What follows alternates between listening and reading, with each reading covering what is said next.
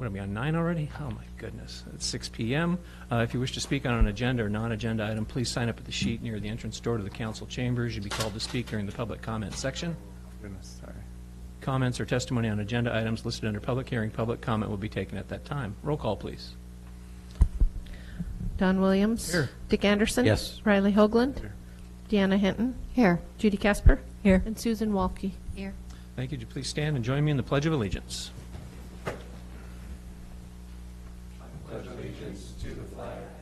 The United States of America, and to the republic for which it stands, one nation, under God, indivisible, with liberty and justice for all.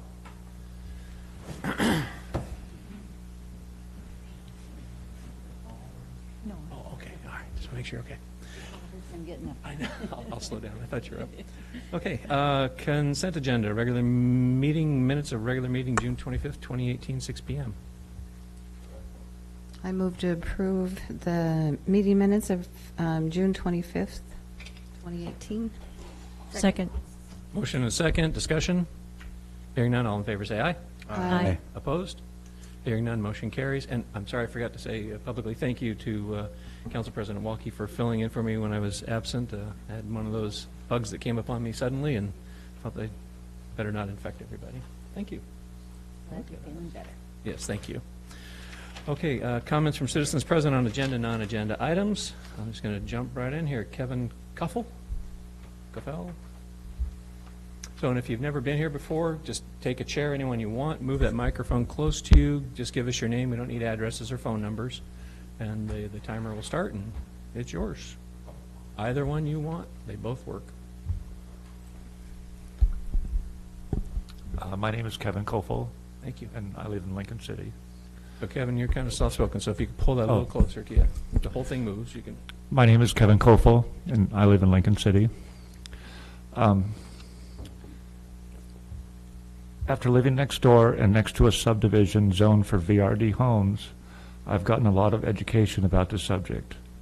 I understand the city's need for revenue, the promotion of tourism, and job creation. However, sometimes, after a time, it becomes or may become evident that changes could or should be made to better serve the public.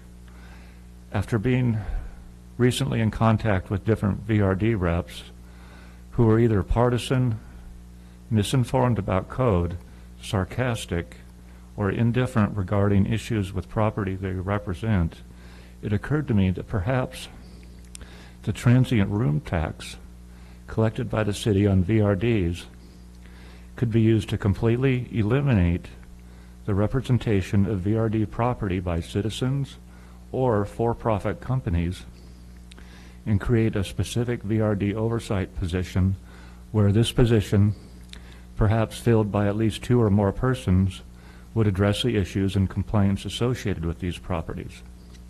I feel a specific and nonpartisan agency could much better serve our citizens than a for-profit property management company or residents who sometimes, frankly, don't seem very concerned about neighborhood problems with the properties they manage.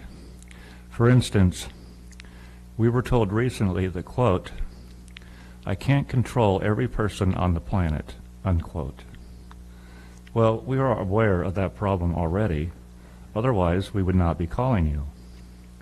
Clearly, a specific agency with no interest other than public service could better address any VRD issues.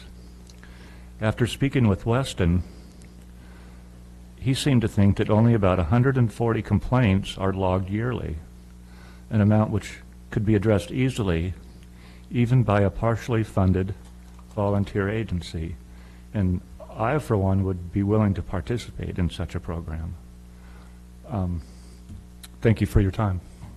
Thank you. Appreciate it, Kevin. And Carol?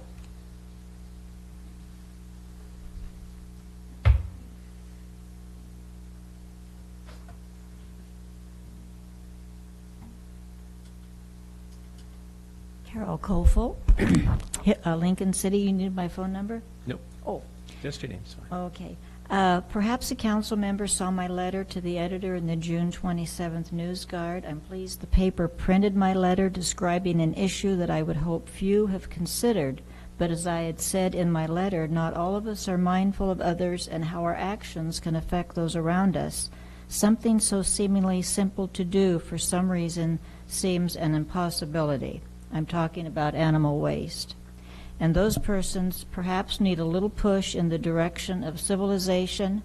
I'm not asking much, just a revision of current nuisance codes to specifically address the problem of persistent animal waste on private property should a property owner feel compelled to seek a code-enforced solution.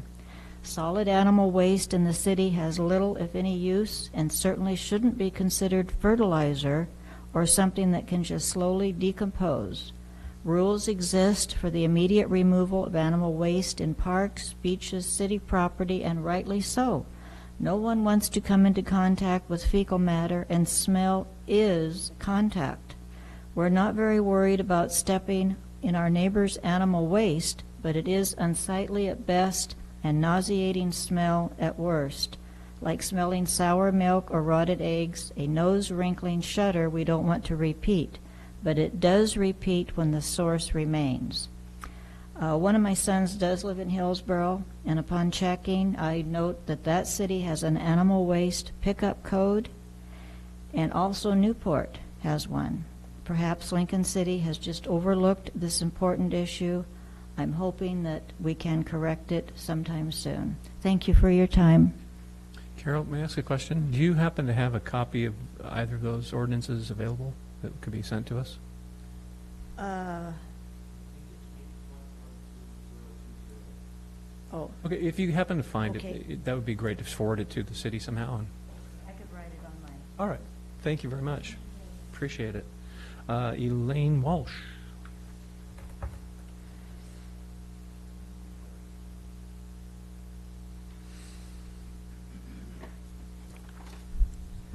Good evening. Can you hear me? Yes, perfect. All right.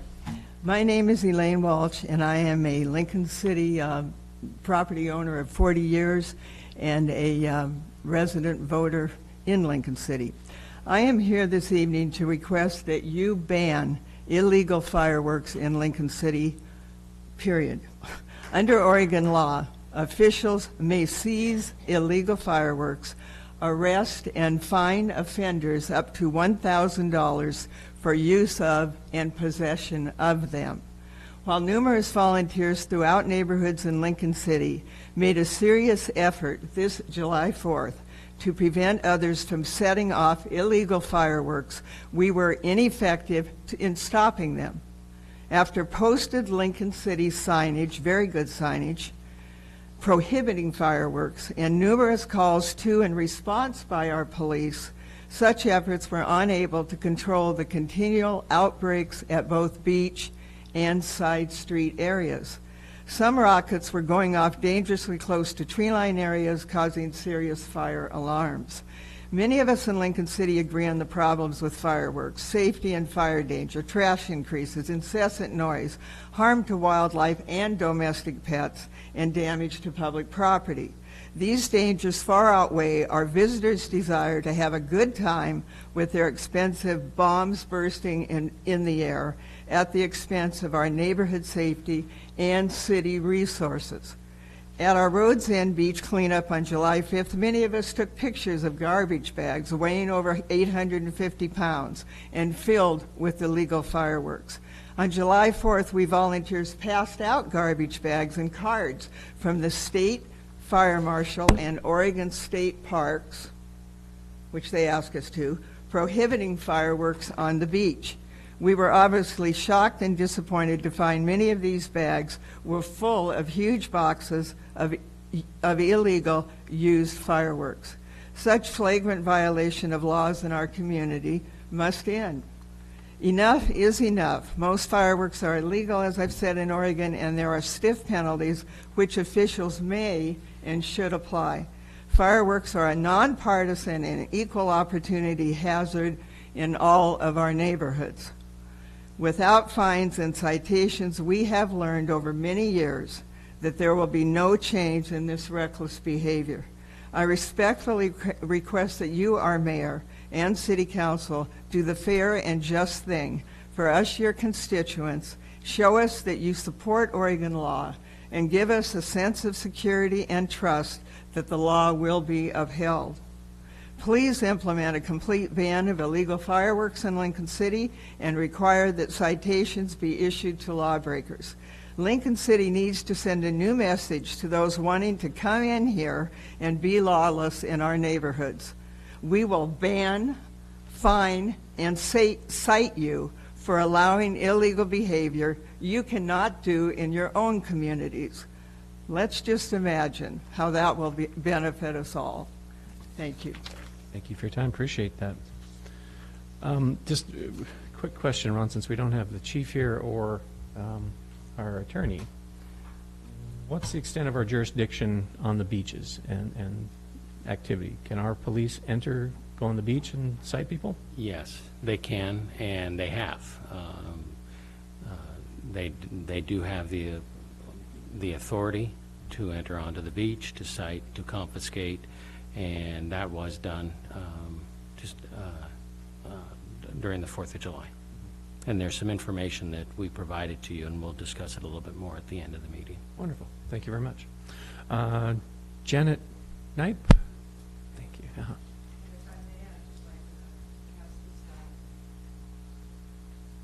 Thank you.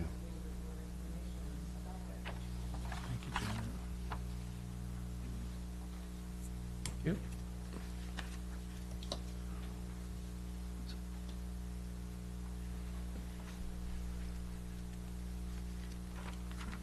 My name is Janet Knipe, 6303. Oh, I'm not supposed to say that. Lincoln City, just 6303. First of all, on behalf of the Roads End Improvement Association, I'd like to thank members of the City Council, city staff for the small grant award that we received to support the Roads End Beach Cleanup, which was held on July 5th.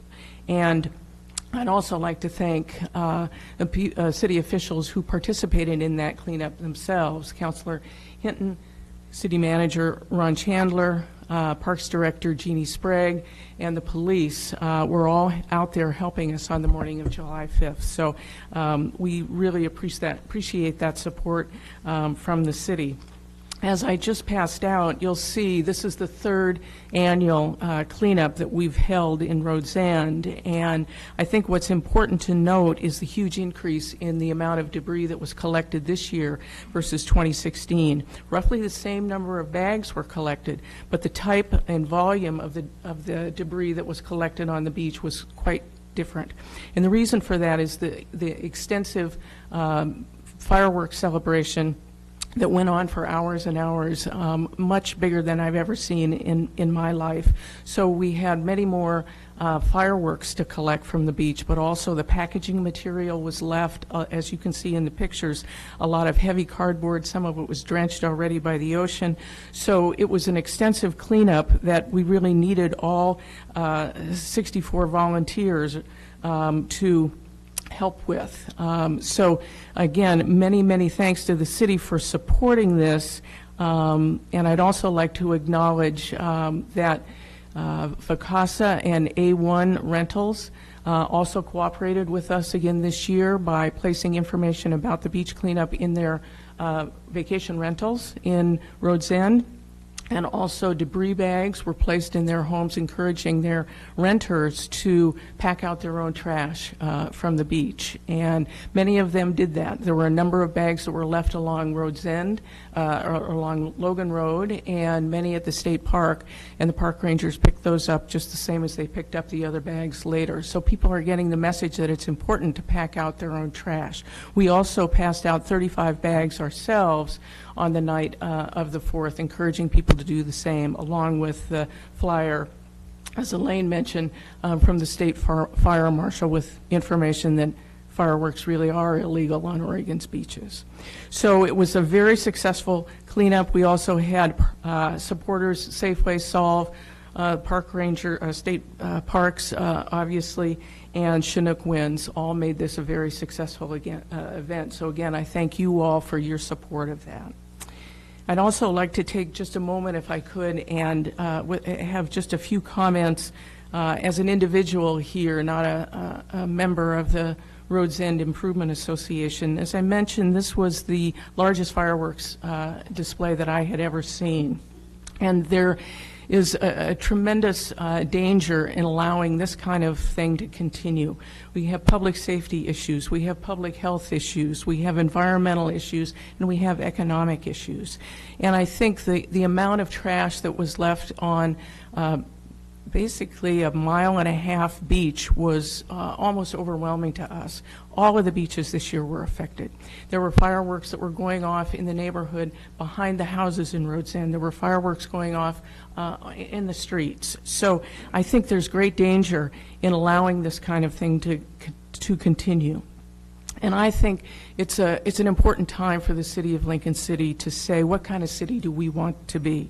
We're doing so much now to improve the image of Lincoln City, changing our logo, the name of the Visitors Bureau, considering improving the appearance or changing the design standards for buildings in our city, and creating a vision of how we want Lincoln City to be in the future.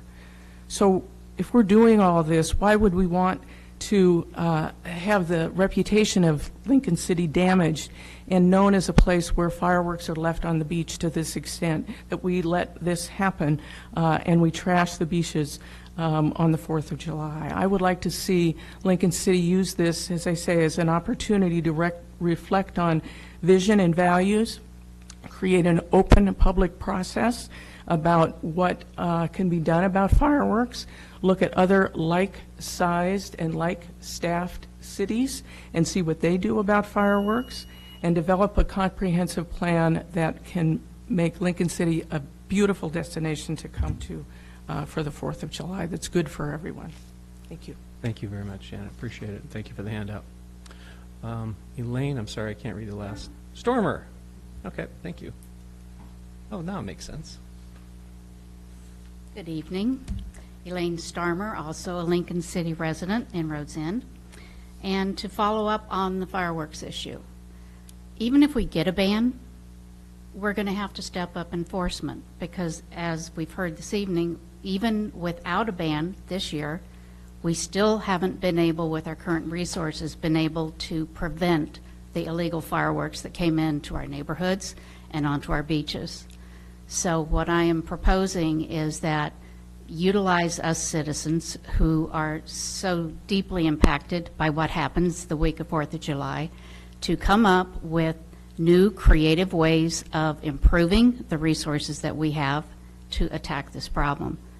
It's going to have to be outside of the box thinking.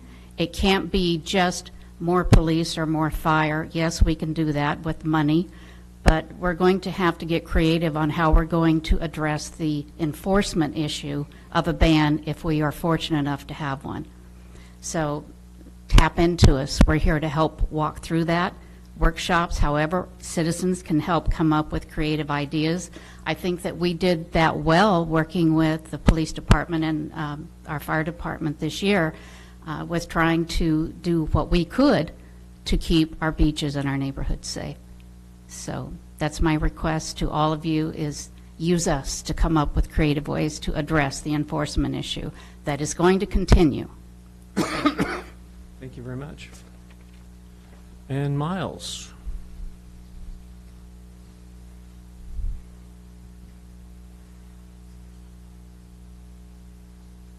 And while we're waiting on Miles, Councilor Hinton, I'm assuming you're in talks with Chief Palmer and City Manager Chandler about these things with your Roads End.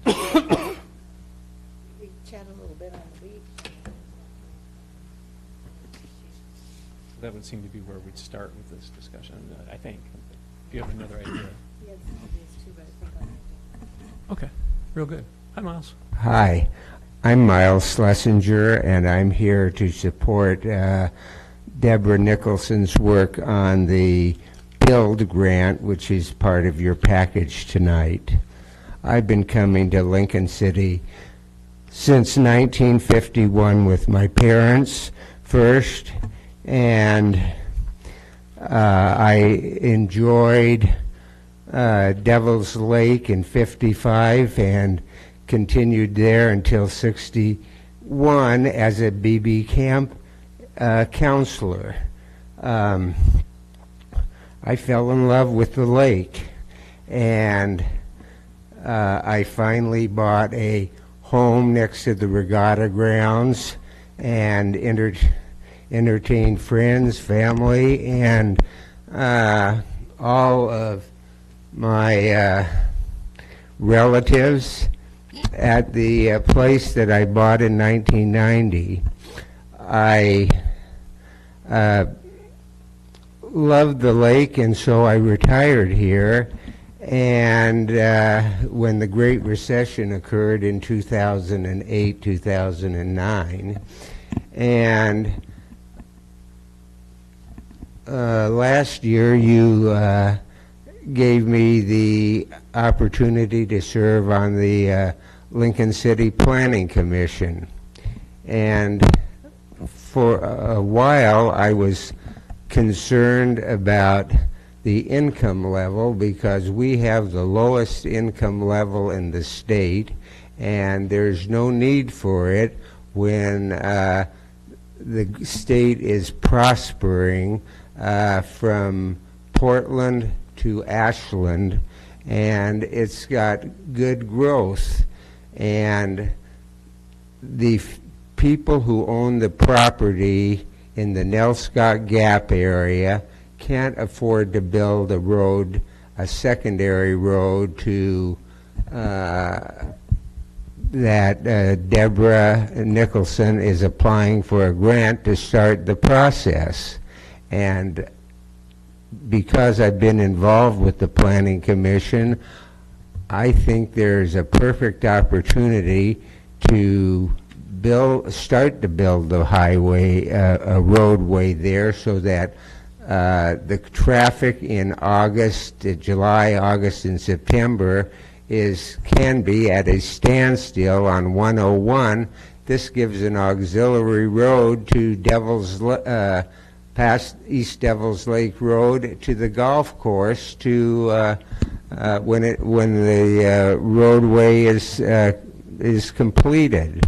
And that gives us the opportunity to develop 23rd Street so that we can have a commercial hub in the community, plus the ability to take care of traffic problems on 101 during the busy season, and develop the land up 32nd to the that is a good plan that that the council adopted about a year ago. And I think that you as counselors should do all you can with the county, the state representatives and state senators, and perhaps the U.S. senator and representative who take care of our area, to put some oomph. And we only have 10 days till the grant has to go in, and I'm begging you basically to get busy during this period so that we can have a fair chance at a grant of up to $25 million from the federal government, so that that roadway can start to be developed. Thank you. Great. Thank you, Miles. Appreciate it. Anyone else who did not sign up who'd like to speak tonight? Seeing none. Thank you very much. Okay, special order of business. We have appointments to the Arts Committee. I don't know if you just want to go one at a time here, folks. Okay. I'm sorry?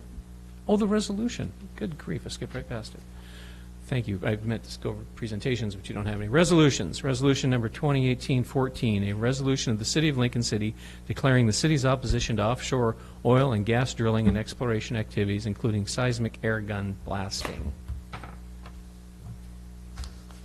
Mr. Anderson, I think you're the one who brought this forward. I did, and I think in your packet there's a nice explanation of the reason for bringing it forward. And what I'd hoped is to view this resolution as a draft and also as a discussion item about the topic, whether this is what we wanted to do or not, but afford us some time to have that discussion. And I think as you've read the packet or the material supporting a little bit of the history of why, and in short, the federal government has kind of opened up the Pacific Ocean for drilling, oil drilling offshore, and some of the Oregon communities and state have taken positions not to be supportive of that endeavor, and this would be a resolution that would go along with many of our folks and communities in Lincoln County stating such. And then I guess just for digestion at home, a resolution isn't a law. It would be just basically an opinion of the council to say we agree with this or don't agree with it. It doesn't have any weight in particular except as a document to support others' efforts or tell them we don't want your efforts in that direction. I think if I can, the other thing that I'd remind council is Lincoln County and Oregon certainly haven't diversed themselves away from the need for energy. I think we've stepped up. As you know, our ocean out from Newport is part of it is an experimental ground for wind and wave energy. So we're certainly, Lincoln County has sacrificed in essence or devoted some of its viewshed of the ocean in unison with the commercial fishermen and others who use the ocean. So it's not that we've said not in our backyard, because we are doing something towards energy. And my push is I don't think we need or is it profitable for the oil drilling off the Oregon coast. So I'd be opposing. You'd be in favor of the resolution? In favor of the resolution. Okay. Opposing oil drilling. And I don't even really want to speak to the merits of whether it's good or bad at this point. I'm more concerned with the findings we've been given, and I think you got a little letter, taste of it when I wrote to Ron. This is just another one of those documents that's so thin on facts. It's one group's opinion with lots of opinions, and as I go through this over and over, it's shoulda, coulda, woulda, maybe, we don't know, it sort of was, wasn't. And to me, that's just, I'm not going to say dishonest, but I want to make a decision with facts. And I want to see something when I'm seeing, whereas offshore drilling and exploration perpetuates our ties to greenhouse gas pollution and contributes to climate change and the resulting sea level rise, extreme weather, seawater intrusion, and storm surge. Show me something. Show me something. Because I could show you the same documents that said, no, this is bunk. And that's why I'd love to have this discussion a little more in depth than this. Yeah, it's just thin to me. And so again, I'm not talking about the merits of it, but I would like to see more substance to these findings. Mayor. Yes, please. I hear you. I guess for me, you flip-flop back and forth at different times. Sometimes you want data, sometimes you don't.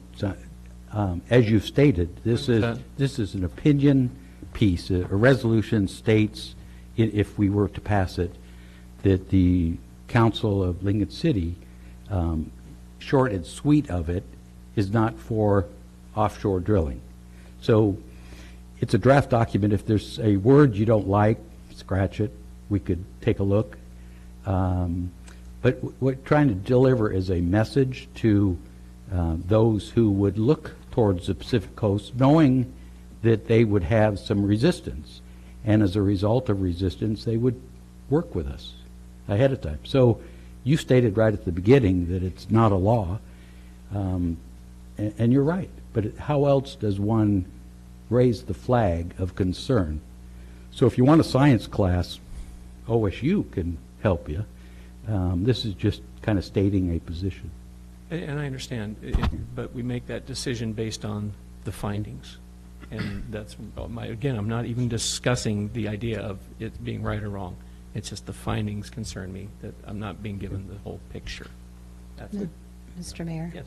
Did you happen to read Ron's, Mr. Chandler's email that he sent to us? I did.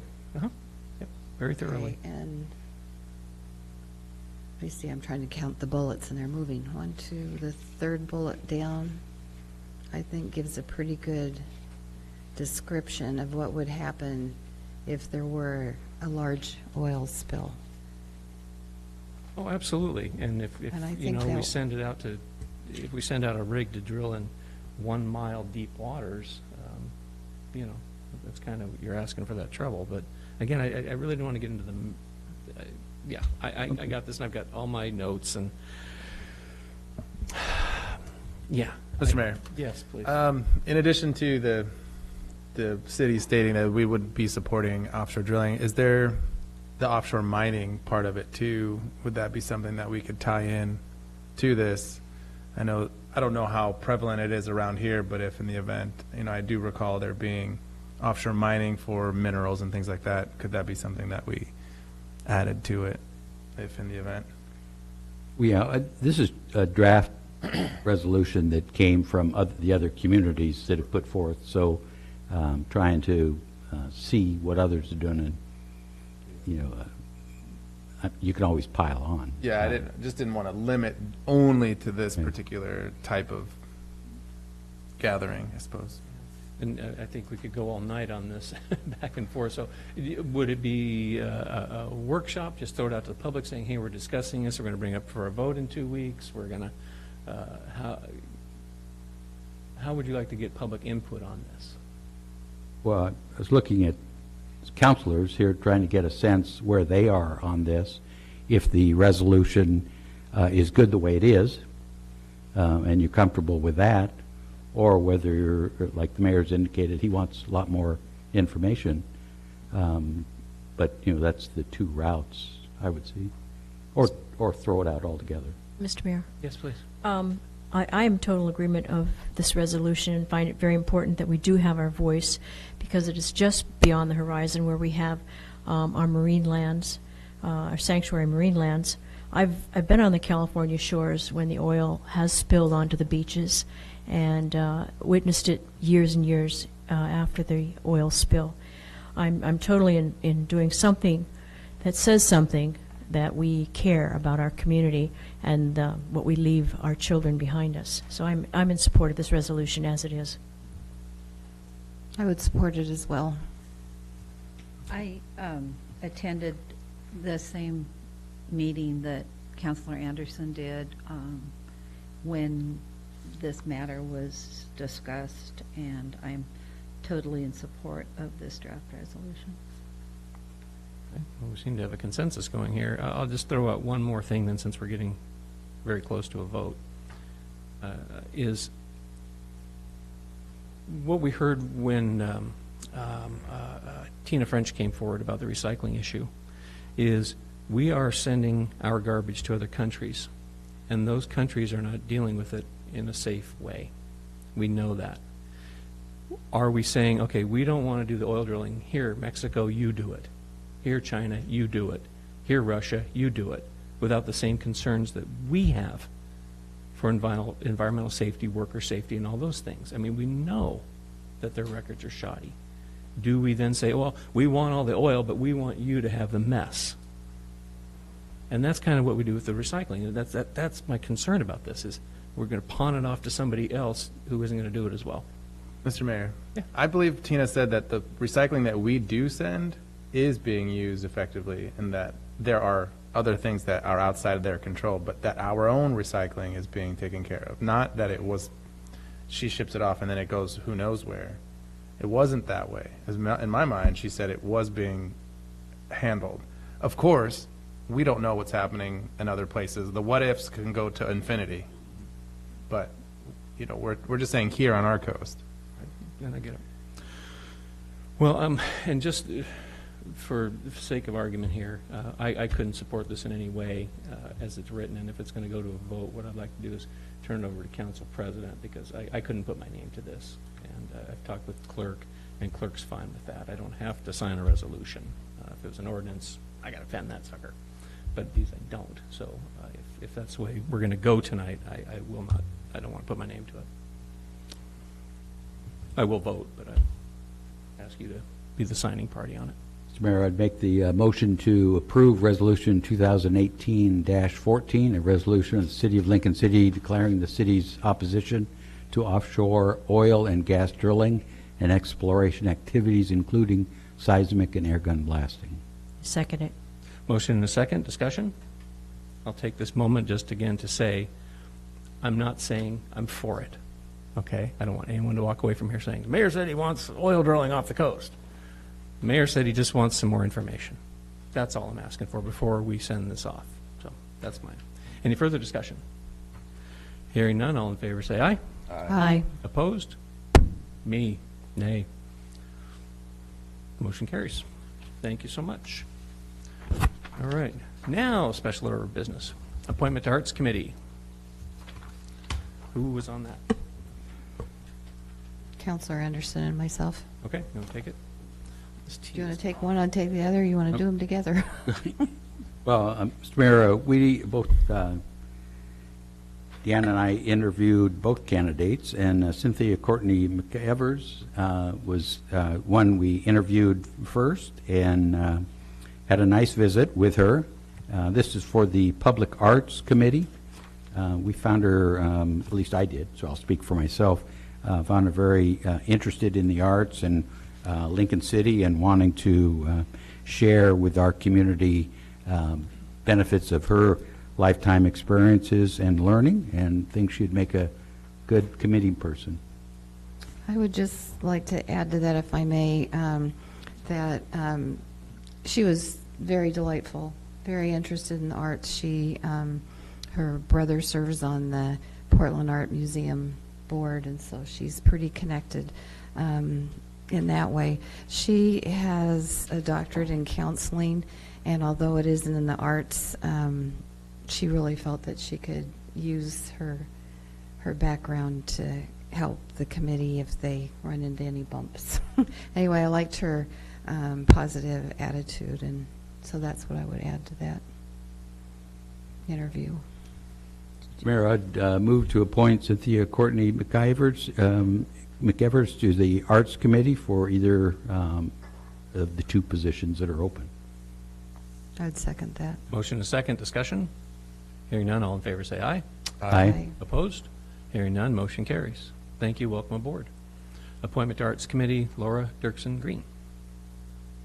We, if I may, oh, go ahead. Excuse me, I think we have two terms. One's Right. expires in 2020, the other in 2019. So- Right, and one's for a city position and one's for the Taft School Service area. And they would fit in either category, and Did either express a preference for the term? no. We just stick them in and hope for the best? Kathy, I'm looking to you. We can assign the terms. They're really close. Okay, real good. They're within a year of each And they other. both qualify for either one, so it's okay. Okay, thank you.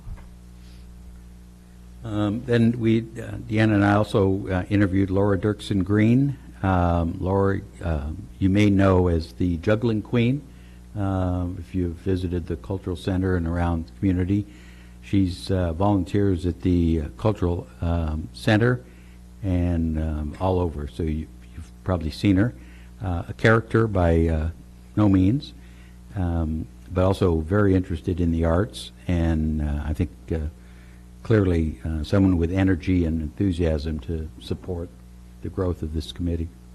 And I would add to that she has an excellent background for this position. She has a degree in graphic design and illustration, and a postgraduate degrees in both publications design and writing, as well as mathematics curriculum and instruction. And she is one of the most enthusiastic people for art I think I've ever met.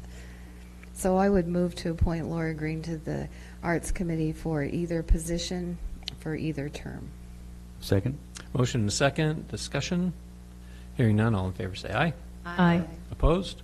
Hearing none, motion carries. Welcome aboard, Laura. Build grant letter of support.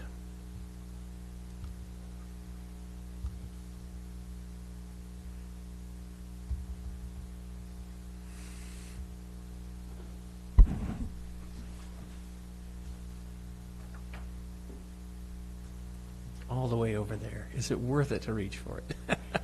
Not even there, so I guess I won't. I'm Deborah Nicholson, Senior Planner. I would like to ask the council this evening to sign a letter of support for a grant. The staff is trying to put together an application, and it is due next week, as Miles said. The time is quite short, but I'm hoping that even if we're not successful this year, that we will be able to use all the work we're doing to apply in the future for either state or federal funding. I put together a couple slides because I wanted to remind everybody about what Foothills Boulevard is. First, I'll say that the BUILD grant is better utilizing investments to leverage development, and it's a federal Department of Transportation grant program. Small communities like ours can apply for anywhere from $1 million to $25 million. The staff has decided to ask for a $6 million grant to build Foothills Boulevard through the Nell Scott Gap neighborhood. As you'll recall, you approved the Nell Scott Gap neighborhood plan in August of last year, and the idea was that we just had that new highway improvement of about 3/4 of a mile, and it cost about $18 million. Yes? Could I ask you to close that Logitech screen? Thank you. Yes, thank you. And so, you know, part of the goal of doing the plan was to protect that new highway investment. And one way of doing that is to try to provide off-highway circulation and connection throughout the neighborhood and to other neighborhoods. We had a TGM, that's a state Transportation and Growth Management grant to do that, and we spent a couple years on that project. It's a great location for affordable housing and being close to the schools and shops and so forth, and it's outside the tsunami inundation zone. So we had a great team that worked on that, some high-powered consultants, engineers, 2 different engineering firms, and Lawrence Kumar, our town planner and architect, and our local team and project advisory committee. So we came up with this plan, and a key component of this plan is this street right here. This is the land use and transportation diagram. I'm also going to show you right here the transportation diagram because it really pops out that we're showing a north-south primarily street that starts at the intersection that's now traffic controlled at Southeast 32nd, and it curves north through the neighborhood up past Southeast 23rd, which is our road out to our industrial area, and then would connect through an approved multifamily development that has never been built and connects with Southeast Lee. It almost then could connect through, and it will eventually connect through the neighborhood to, on local streets, to East Devils Lake Road at the south end of the lake, and then from there travelers could go all the way up to the north end of town without ever getting on the highway. So I think that this, and the rest of the staff thought that this was a good a project for this grant because it is building investments, better utilizing investments to leverage development. And infrastructure is a big component of that, obviously, since it's the Department of Transportation. So I have provided you with a council communication that describes both the, what we're intending to do, the background, and also the financial impact. It does not require any local match, but the materials and the training workshops were very clear that the reviewers will be looking to see what efforts the city is making at providing non-federal sources of income for future highway maintenance and roadway maintenance and improvements. I did mention in your letter that we are perhaps going to put a gas tax on a future ballot.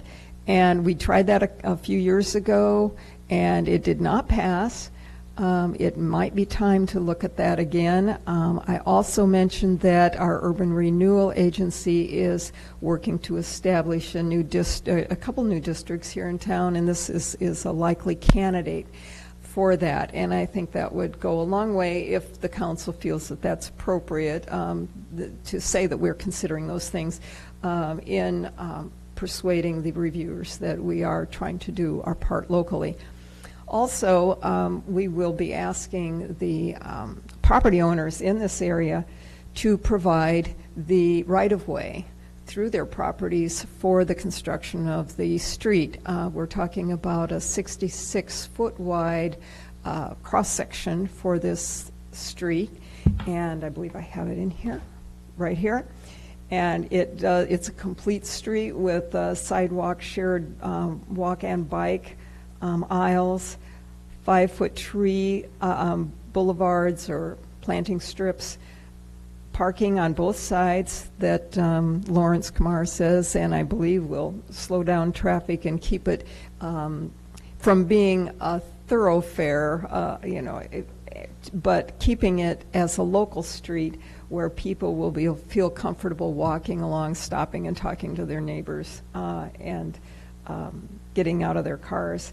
So, and then 2 travel lanes that are 10 feet wide, which is adequate but not wide enough that you feel like you can go fast necessarily. So, we've had a couple property owners approach us and ask us for help in trying to get this street construction started, because it is a big undertaking and it's not something that an individual property owner certainly can do. And just getting it started from the south end, it has to cross through the property that belongs to a low-income housing partnership. And they do not need it for their own development, but they have in the past given the city an easement which they are willing to realign in order to work with this new street.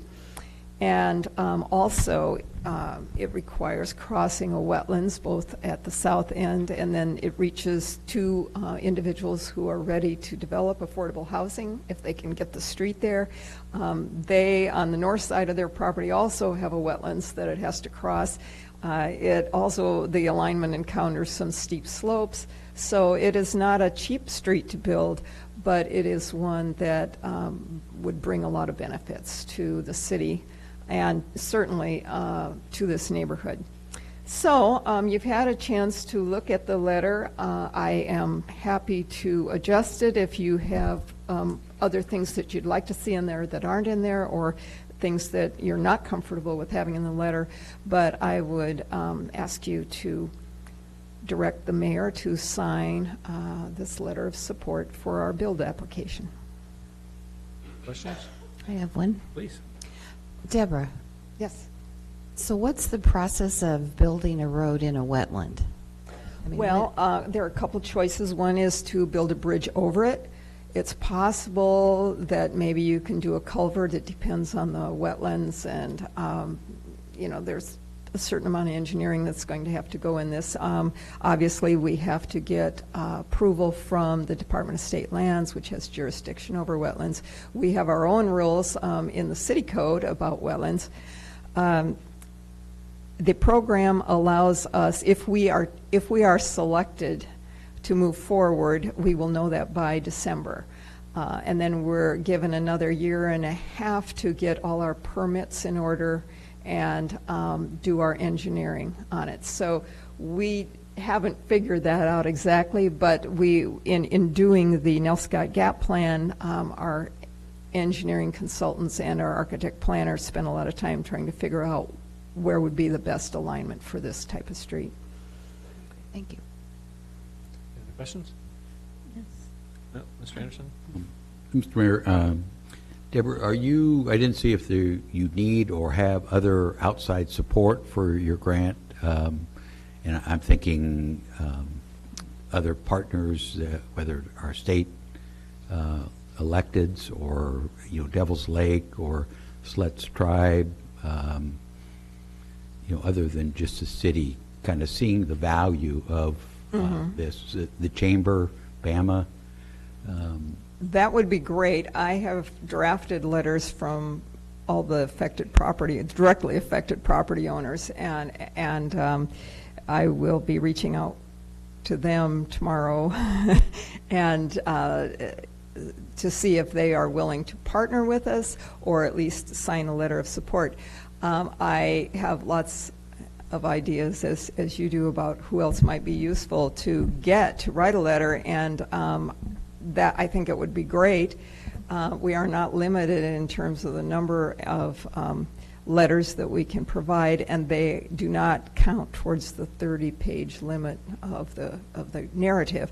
So I would welcome any letters or any help with getting letters. Councilor Walkie? My question is about the amount of money. We're asking for $6 million. How far do you think that'll go on this project? Well, in our Nelson Scott Gap Plan, we did estimate costs for various infrastructure, and they put a price tag of $6 million on this, and they were showing it connecting all the way from 32nd to almost to 19th.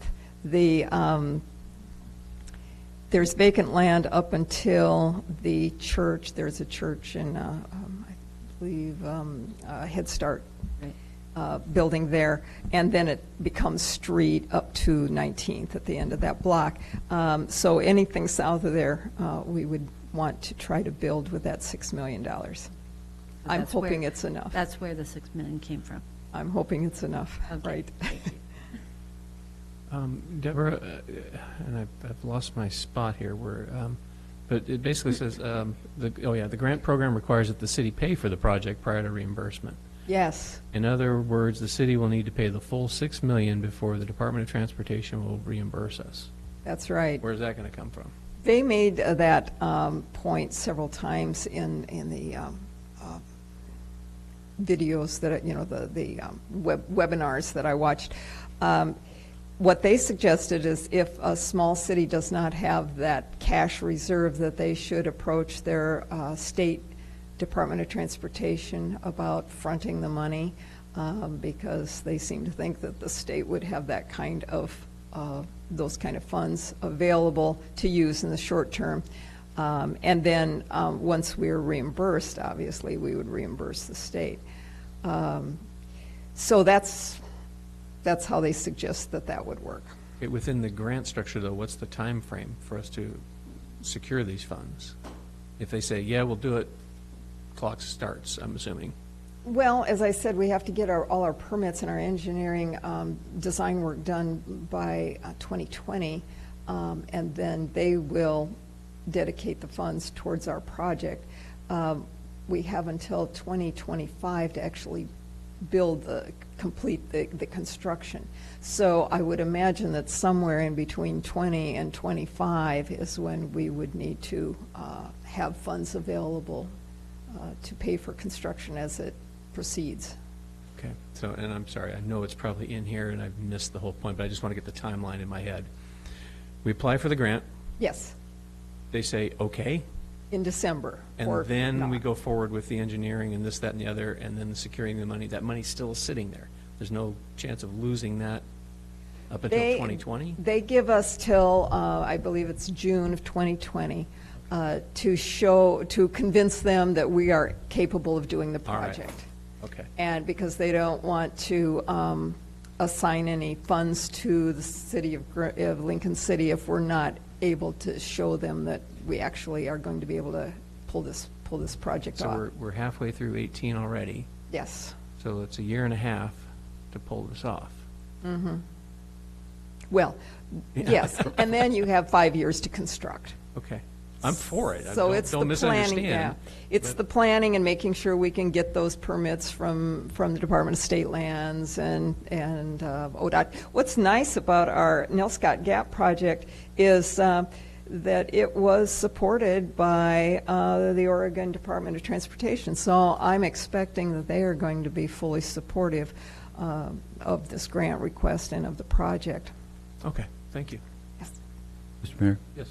Deborah, I guess I didn't view this 6 million as paying for the whole road. Typically, I still come from the belief that developers pay for roads. Normally, that would be the case. So, and I like the 6 million because it would be a share to either reduce the cost, but partner, but we would be expecting developers to also be putting into this in order to develop the property, to get to the property for whether it's housing or commercial or.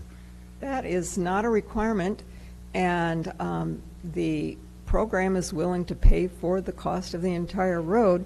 All the landowners would have to contribute land within the alignment, but we, at this point, are not asking that they. Knowing the cost of wetlands and bridges Yes. and culverts, I'm expecting there'd be more. So I just throw it out there that I don't want the public to get the idea that city builds streets, that Right. development builds streets. Right. Well, and there's plenty of other infrastructure that needs to go into these developments. But yes, it is, as I said, an expensive street to build, and it's going to be a stumbling block, I think, for development in this neighborhood if we can't get some outside Until help. this is, I think this is great opportunity. So I do too. I wish we had a little more time to put it together. Okay, any more discussion or questions? We have a motion? Mr. Mayor, I'd make the motion to direct yourself, Mayor Williams, to sign the attached letter of support for this grant. Second. Motion is second, discussion? Hearing none, all in favor say aye. Aye. Opposed? Hearing none, motion carries. Thank you Thank you very very much, much. Deborah. Thank you very much.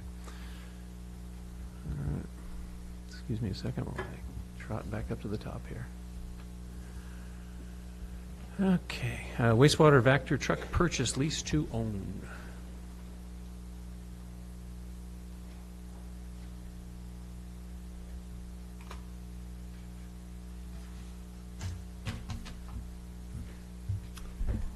Okay, I'm Lila Bradley, Public Works Director for the city, and this is a replacement Vector truck. Our 2007 Vector is just at the end of its rope.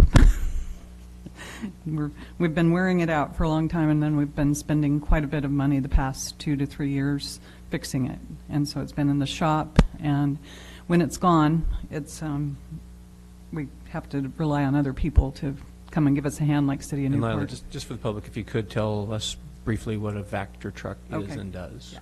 The Vector is a crucial piece of equipment used in cleaning grease from our sewer lines and sewer pump stations. And the current Vector is 10 years old and has been breaking down on a regular basis. And without this piece of equipment, we would be exposed to sewer spills and violate the city's national pollution discharge permit. So it's a vacuum and containment. It's a big unit. vacuum truck, and it And a has containment unit, Yes, yes. it's one of our largest pieces of equipment. And so we're doing this under the public equipment purchase, and it's a authorization of cooperative procurement, so it's a group purchasing. It's not the state one, but it's more of a federal, and so we get a discount on the Vector. And so our recommendation on it is that council enter into a contract to purchase a Vector truck on a 6-year lease to own in the amount of $420,960. with authority to trade in the 2007 Vector with a value of $65,000 for a total principal balance of $355,960. Our first annual payment is budgeted this fiscal year. I put in $64,000, and the actual payment this year is $54,671.41. And we won't receive this, they actually have to build it, so we won't receive it until May of 2019. How many tentacles will it have on it? We've got some wonderful designs. And we have clear until May to figure out this one. Okay. Yes. Yeah, that's a big one. Thought I'd check. Yeah. Any questions? No? You get a motion? I move to award the purchase of a new Vector truck from Owen Equipment in the amount of $355,960 in 5 annual payments of $54,671.41, and 1 year after the 5th payment, the final payment of $125,000, and authorized trade-in of the 2007 Vector truck. Second. Motion and a second. Discussion? Hearing none. Roll call, please. Anderson? Yes. Hoagland? Yes. Hinton? Yes. Casper? Yes. Walke? Yes. And Williams? Yes. Motion carries. Thank you, Lila. Appreciate it. Taft Dock Construction Award. I think Janie's going to join me for this one. It's teamwork. I'm right over here. Okay, so as all of you know, we've been working on the Taft Dock Construction Award for some time, and the dock is needing some repair. The decking needs to be replaced, and much of the railing needs to be replaced, and then we were looking at sleeves similar to what we did when it was damaged in the storm. And so we've been working with our contractor, our low bid, and he came in about $25,000 more than our budget. And so we were able to, under the public improvement contracts competitive bid, we were able to talk to him about lowering his bid, and he has agreed to do the project at $450,000, which is what we have budgeted, and with no contingency. And so that will be the not to exceed price. So it's a guaranteed price. We made a couple minor adjustments on the walkway. Just there's a certain part of it that we don't need to replace walking out to it. So it's the main large part of the dock that we're going to be working on. And we were in the bid we had drilling pilings. And so we're looking at sleeving those pilings, because you can get down everything that's under the water on the dock is still in good condition, and so you just take that sleeve down to the bedrock and you fill it with concrete, so it's a steel sleeve around the pilings, and we had like 4 of those that we were going to replace. And so it's a good way to do it. It's similar to what we had done during the storm when we had damage to a couple of the pilings we had to replace. So it'll be a great improvement. It'll be a long-term improvement. Question, if I might. Years ago, when I was with BAMA, we approached the city about electricity to the dock. Is that part of this? It's not part of this bid, but we do plan on doing that. Okay, great. Okay. Any other questions? When is the construction time? They would start in October, or probably the end of September, October, and it's a real tight timeline. Terry Chamberlain and Stephanie Reed in our office have worked really hard with the DSL permits and all of the permitting. It's a complicated project. We had to wait quite a while just to get that, so that's part of the timing thing. And the condition of the dock at this point, is it safe to be used? Yes, yes. We didn't want to put a band on it or anything, but yes, I spent quite a bit of time before the 4th of July, just I had the engineers out there. Our structural engineer, gave us advice on it too. He's one that helped put the plans together. And then I went out with the contractor. So we felt it was safe to open it. leave it open. So we'll be able to leave it open until the end of September, and then it'll be closed. It'll probably take them 2 months to 3 months to finish the project. So it'll be open for next year. And if I have another question, you're talking about sleeves over the entire length of the post going down from the walkway down? Not Or just the the part? walkway, actually on I the. don't mean, I'm trying to. On the very south. The on horizontal surface down. On the very south most end of the dock out in the water. So those are the 4 pilings that need to be sleeved. But I guess what I'm trying to get to is, I remember we took quite a bit of damage during that one storm from impact from logs. Right. And is that how it's addressed, is by just reinforcing it, or is there an energy dispersal option? Not really. This will, unless we have a giant tsunami or something. I think the logs, we're stabilizing it enough. We're putting in, replacing large beams under it as well in this amount of money. And so, you can't tell what could happen as far as logs go, but it held up before. Yeah. So. And this contractor has experience with this? Yes, he's actually from, it's Bergerson Construction Incorporated, and they're out of Astoria, and that's what they do. They build docks, they build all these structures in the water. I'm looking forward to it. That Yes. poor dock has needed help for years, so I'm glad we're stepping up. Yes, and we really never have put any money into it. In 2016, when we did the repair on it, that was FEMA funds. It was about $10,000, and so all this time we've enjoyed it, and then really not had to do anything except for labor. We've gone out and replaced things, and yeah. Mr. Mayor? Yes. I just want to say thank you for all the photographs. That was very helpful. Oh, yes. I showed that before, so I wasn't going to bother showing it. I know, but this I time. like it. It really helps to see what the issues are and Yes, how and you're the, going to repair and the them. Parks Department maintains the dock, and it's part of the city park system, so. Jeannie, you have anything to throw in on this? Do I have anything to throw in on Add? this? I support what Lila's done and actually appreciate all the work she put in before I got here with the dock and the continued support from Public Works to get this completed. Right. Mr. Mayor. So I remember you had like an ADA scoop down so that people can crab in a wheelchair and things like that. So the railing is going to be completely removed, and the deck boards, if you will. Right, it'll be So you're totally. going to keep them, right? ADA compliant. We had asked, are we going to keep them to, what are all the wood that's being removed? Yes. We're going to keep, correct? Yes. Okay. Yes, we're going to store it, and when we find something, it can't go back in a waterway or, over a stream or anything, but we'll be able to figure out something fun to do with it, yeah. Thanks. Joe Miller will find something fun to do with it. Yes. I would be willing to buy a portion of the rail. And I'm serious. Yeah. I think that's Gonna make something placards. Right. Exactly. It's a historical piece Oh, of it is. Lincoln City, and It's wonderful, so all of you can decide what we do with it in the future. wonderful, wonderful. All right, thank you. Looking for a motion. More discussion, if I Oh, could. please, yes.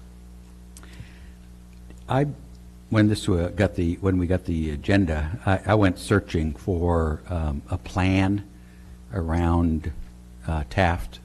So I went to Urban Renewal and looked at their historic plan, and it was history. I went to the 2007 marketing plan to see if they even mentioned the dock. And what I was looking for was, how does the dock fit into 51st Street? Futuristic. It seems to me that $450,000, $500,000 we're talking about here, $500,000, doesn't fit in our patch and repair policy. I mean, to me, $450,000 is more than patch and repair. And so what I was looking for, knowing that we also have out and working with some developers on the Hershey property right there at 51st. So we're focusing on the Taft area right now, and especially 51st. And this is a part of it. I was trying to figure out, does it fit in, and how does it fit into our futuristic plan? because I found very little of that planning in any of those other documents. And so if there is a plan out there, I'd love to see it or hear about it. Otherwise, I think what we're doing is, patching and repairing. Now, we've spent money on urban renewal in that area and done a nice job to enhance business, make it attractive, and I think we've done that. And we're just the next phase, and we're there. My concern about this document, this dock, is half the day it's on dry sand. I mean, it's not really a functioning dock. It's the best I could find, a historic piece. It's been there. Last time it was really used as a dock was in the 20s. So, I'm just cautioning us to, is this what we want to do, and spend $450,000, $500,000, to replace something that we don't know if it'll just continue to be a thing stuck out in the sand, or does it blend in, and how does it blend into the 51st Street experience for business?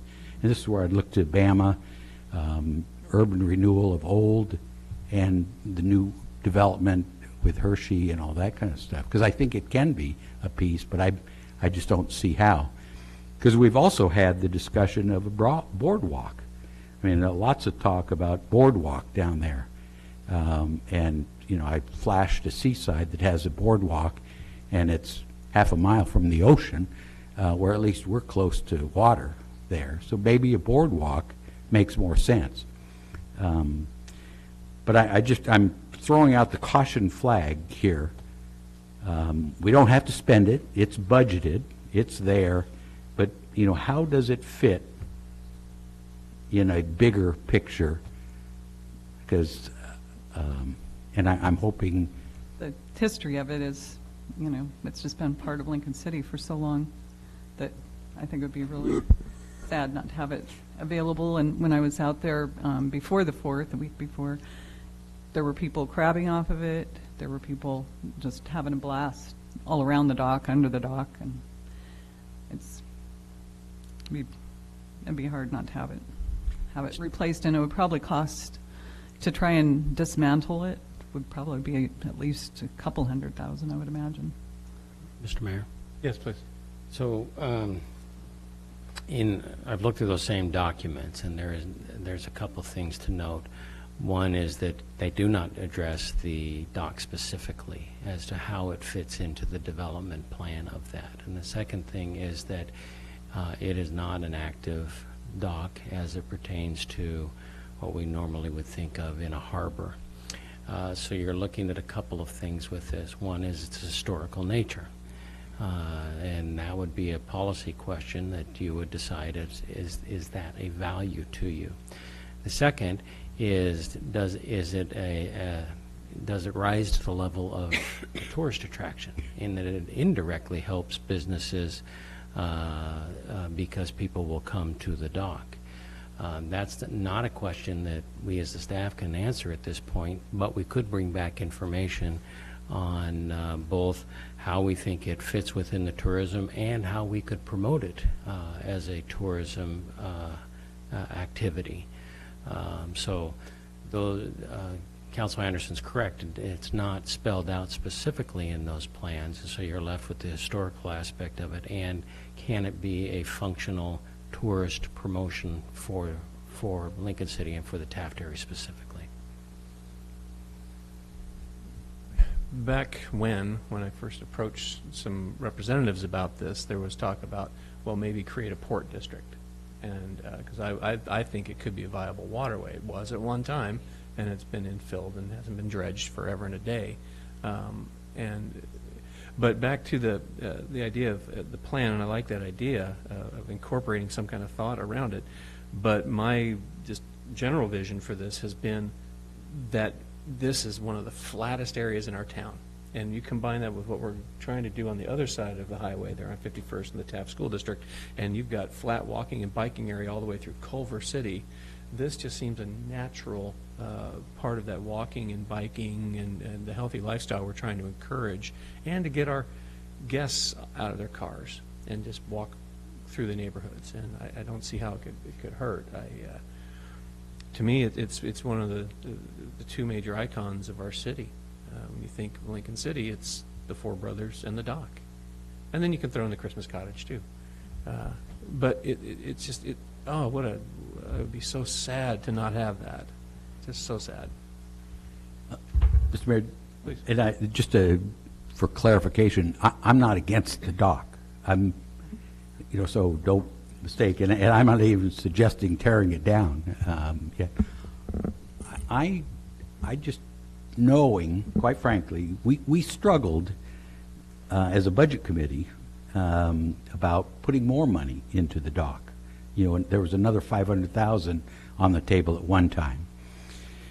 And then I remember the budget committee, 14 of us, struggled with giving $50,000 to an economic engine called the hospital and $250,000 to our cultural center, both who I think generate good stuff for the city, economic stuff. But yet here, we're without a plan, willing to throw $450,000 on a dry land dock. I'm just suggesting that we step back, and maybe the timing is just right with us because we're working with a couple of developers right across the street on property and stuff, and maybe in their development that will further enhance this area, a dock or whatever we want to call it fits, and how does it fit? And here could be our contribution, to make a bigger picture blossom. And that's all I'm suggesting. I guess I'm just not excited about spending $500,000 on a repair and patch policy at this point, because contrary to what Lila says, we'll be back for repairs, and it doesn't go away. So I'd like to have a bigger picture of knowing we want it to stay, and in what form, and how does it enhance. So just for clarification. Thank you for that. Mr. Mayor. Yes. I too would like to see what other options are open and out there as far as a plan for the dock. I too am a little reluctant to spend that much money. And as we are developing the area, as Councilor Anderson mentioned, perhaps there will be some other ideas that come up that we haven't thought of right now, and other ways to finance it. How much have we spent on the dock since it's been built, besides the $1 we paid them for it? Just, some wood repairs, not too much. The 10,000 was for a few of the pillars. That's a pretty good investment, and I wince at $500,000, but Our contractors, the two bids that we received, it was $474,490, and then the second bid was $598,512.50. So we'll be probably hard pressed to get a deal like this again, that someone was willing to lower the price. But right, and I don't see this as being an impedance to developing a plan. It seems to me you have a focal point to build a plan around. You have a starting place. I don't know what we could do beyond it, beyond what is going to be repaired and built there, that would change that plan. So I'm for it. I just wanted to clarify something. It was stated that it wasn't used as a dock since the 1920s, but in 46, a private citizen constructed the current dock. So there must have been a reason that he built it. It, I'm sure, was used at that point as a dock. If I remember the historical narrative of it, it was it was for the canneries and the wood moving, and then at that shut down, and then it became more of a private pleasure craft kind of a tie-up. Yeah. He had a Marina of some sort. Exactly, yeah, yeah. Yeah. So, and I have talked to Representative Schrader and Merkley about it at one point, and, you know, as long as we could prove that it was a viable port at one point, we can still apply for funds, and we could construct a jetty, even, if we wanted to go that far. It's still available. Now, we'd do it, but because it was what it was, we can do these things. So I think it's a great starting point. Open up that Siletz and start using it. No offense to Depot Bay, but our water is just as good to go out fishing in, even better. Anyway, if we've exhausted that, do we have a motion?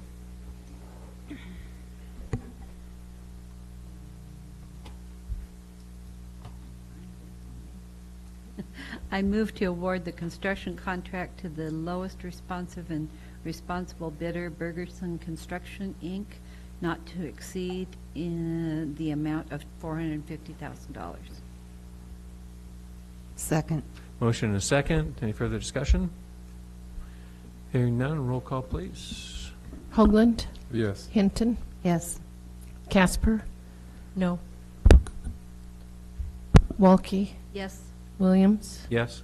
And Anderson? No. Motion carries.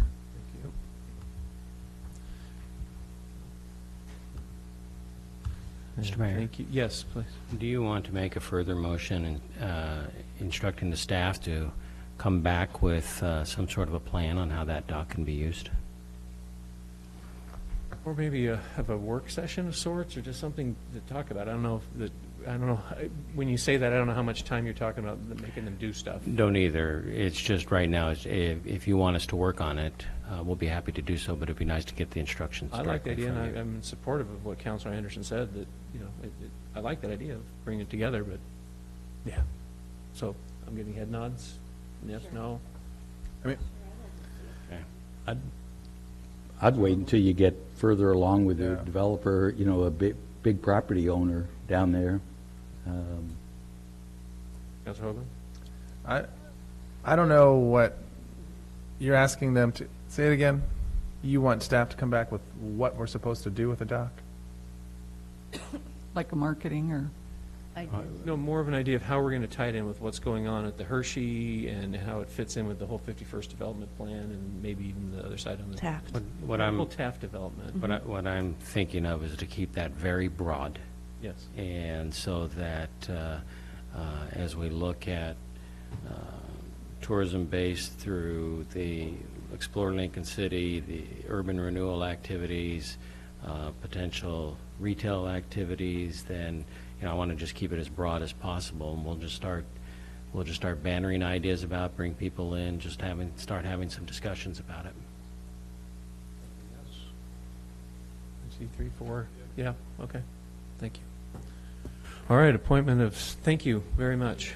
Appointment of subcommittee for review of outside agency requests. Because, and I'm sorry, I did not look through the packet, is the warming shelter still asking for funds in that? I do believe they are. Okay, well then, I think it's best if I just step back from this whole discussion as they are renting from me, and I'd like to turn the responsibility of this over to Council President to appoint committee members, because I just don't think it'd be right because of my conflict of interest in this. Trying to remember who sat on the committee last year. Wait a minute, 1 second, I gotta start, okay. I have an actual conflict of interest because I do receive funds from someone who's applying for grant money. Thank you. Mr. Hoagland, did you sit last year? It's Don, Judy, and I. So I think it would be good to have continuity. Would you both like to serve again this year? Yeah. Sure. And who else would like to? I haven't. Pardon? I said I haven't. Okay, would you like to this year? Sure. We'll have Councilor Casper, Councilor Hoagland as the experienced ones, and Councilor Hinton as the learning. Unexperienced one. It's fun. It's an actually, it's an interesting project. Yes. Thank you for, Think you got that all done? yeah. All right. League of Oregon Cities legislative priorities.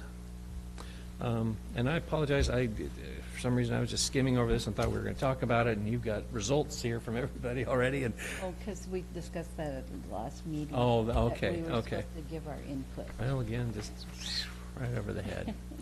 Okay, so, how do you want to run this, Ron? So let me just explain what you have before you. Thank you. So you were asked to identify both the top priorities and the bottom priorities.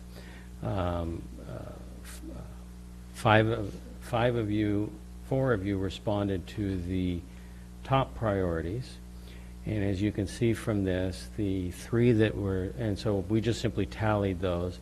And then 2 staff members responded as well. So when you first look at the city council, the top 3 priorities were broadband infrastructure, infrastructure financing and resilience, and third-party building inspectors. Each of those received 3 identifications. The next 5 items each received 2, and those would be the lodging tax definition, broadening, mental health investment, PERS reform, PERS unfunded liability, revenue stream reduction, right-of-way, and franchise fee authority. When you add the 2 staff members that contributed to this, the top 3 remain the same, and then PERS reform became the 4th highest of those that are receiving. When you look at the bottom priorities, the 2 least priorities were the wood smoke reduction program and the carbon cap and investment program for the city council. Then you had 6 that tied at the the auto theft item, beer and cider tax increase, green energy technology requirement changes, the qualification-based selection, speed camera, and speed methodology. When you added the 2 employees, 2 of those items, the auto theft and the qualification-based selection, dropped out, leaving the other 4 as the bottom priorities. So what we need you to do is just simply identify the top 4 in each category, and we will then pass that on to the League of Oregon Cities. If it's not too late to add my 2 cents, Ron, I would agree with the third-party building inspection. I would want mental health investment and PERS reform, if I'm just picking 3. Okay, well then, let's throw in the PERS unfunded liability revenue stream reduction.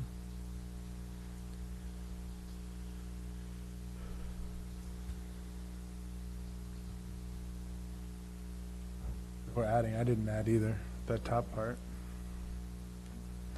The top one, I didn't do the top either. Feel free. I agree with the first 3 and then mental health investment.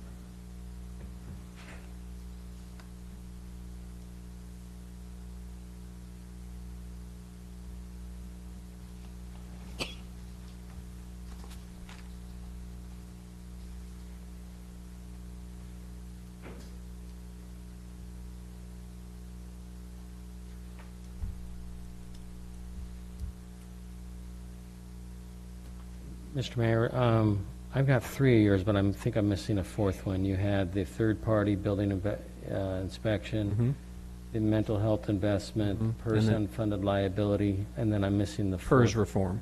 The PERS reform. Yes, please. And Councilor Hogan, you said the top 3 and then mental health investing? Correct.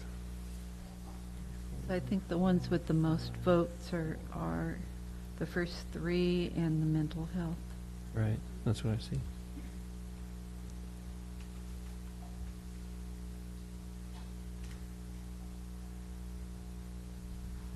Yeah, so council would be 4, 4, 5, and then skip to mental health is 4.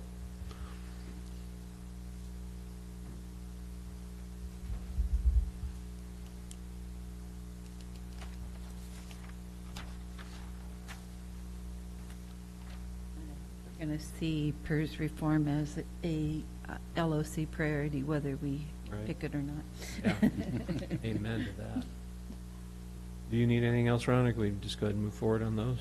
I think If you, yeah, no, if those four are the ones I'll put down then. Okay. Do we need a motion for that, or are you just good taking what we've given you? I think I can go with that if there's a general consensus.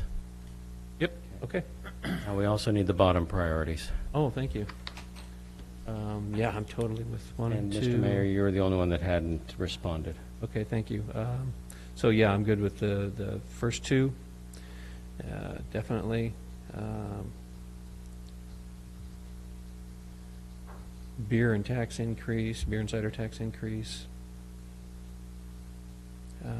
And I'm sorry, qualification-based selection. I was a little mystified by that. What's the,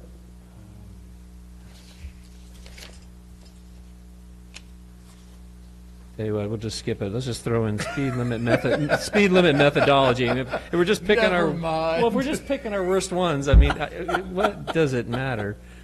Speed limit methodology. I have that description if you'd like on. Please, maybe you'll change my mind. Okay. Under the qualification-based selection, this was provided by the League of Oregon Cities.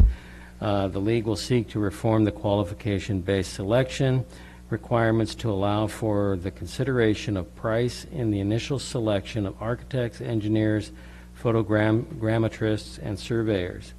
The state currently prohibits the consideration of price when making an initial selection when awarding contracts for certain design professionals when conducting public improvements. Instead of issuing a request for proposals, as is done with the most public improvement projects, contracting agencies issue requests for qualifications on the projects. Cities may negotiate price only after the initial selection of a contractor is made. Under this system, a city or other contracting agency will never know the price of other qualified and responsible bidders on the project. That seems fairly important to me. So I'll leave that on my bottom five, or bottom four. I'll throw in the speed limit methodology. So wood smoke reduction, carbon cap and investment, beer and cider, and speed limit methodology.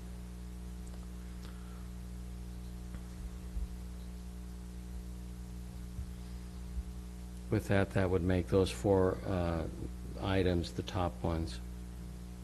Okay. All right. Or And bottom ones. Right, I was going to say. The top bottom ones, yes. The top most worst. Because that's how we roll. All right. Good to go? Good to go. City manager, no city attorney report. Ron? But I have some, two items. One is a 4th of July report, and we've asked Officer Escalante, Sergeant Escalante, if he would come and give a report to you on their activities. I did send to you with the weekly report, a report that they had put together, so you have had that. It's not a part of the agenda packet. So. Officer Escalante. Sergeant. Is a sergeant different than an officer? Yes. Yeah, but that's different than an officer. Okay. Every sergeant has been an officer, but not every officer has been a sergeant. Got it. Okay. Well, good information. Welcome.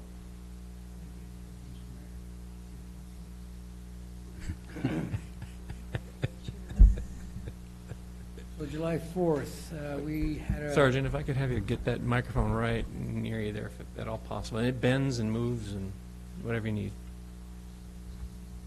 How's this? Is it Better. Thank you. Okay. 4th of July, we had our annual 4th of July celebration and fireworks show, which we, as Lincoln City Police Department, had all hands on deck call. There were total of 31 persons deployed for this operation.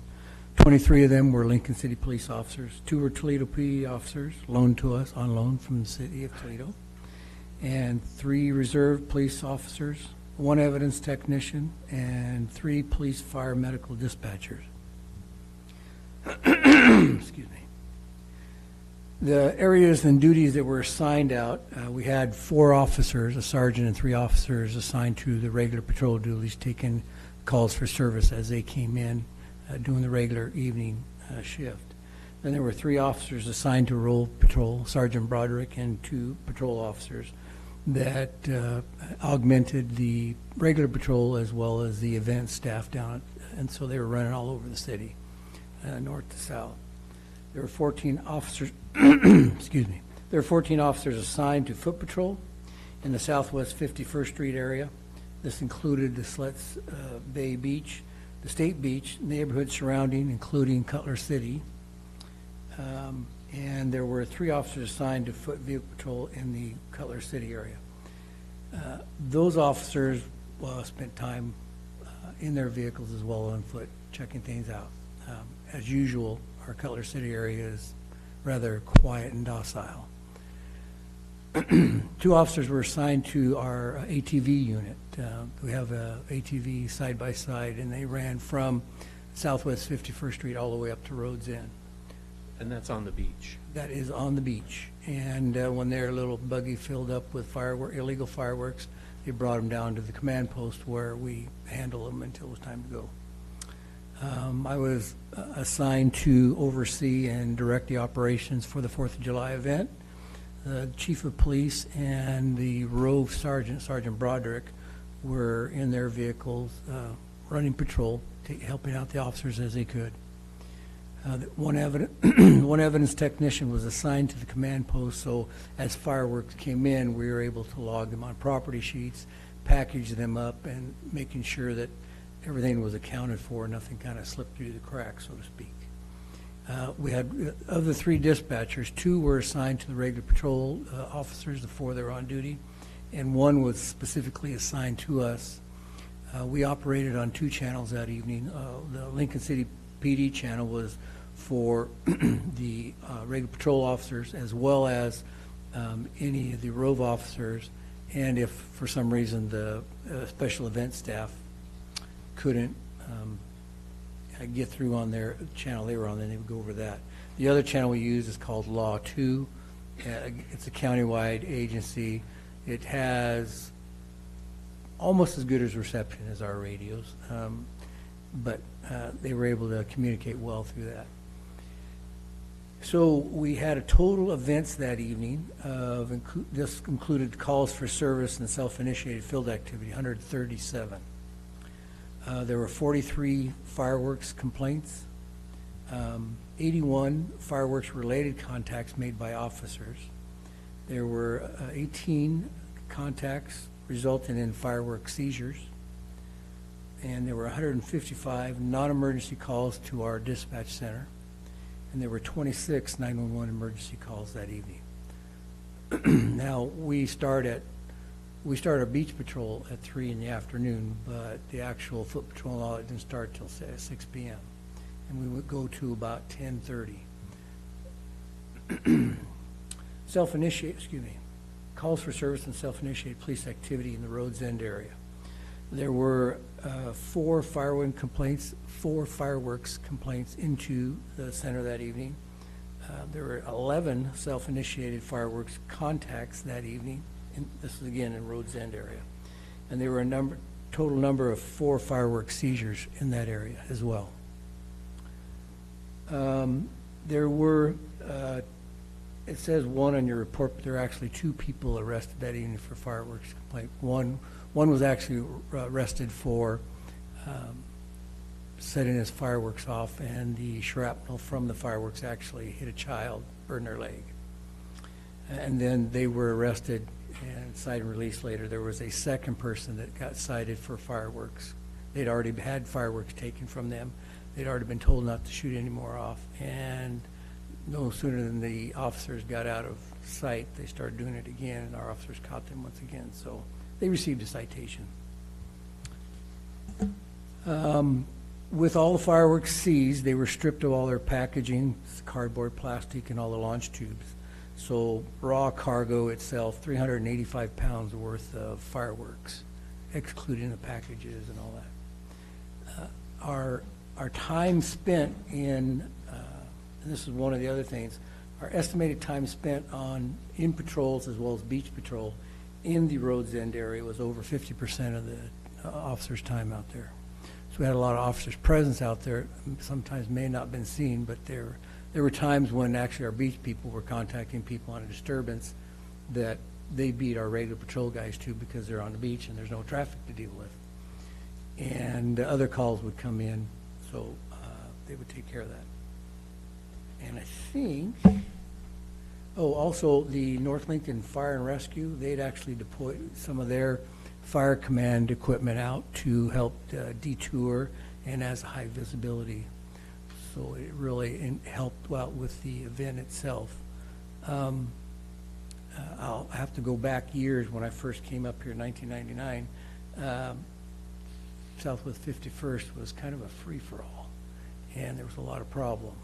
Since then, it's become a very family-friendly event, and people enjoy, they can bring their families out and not have to worry about that type of issue. So it was, again, another successful year.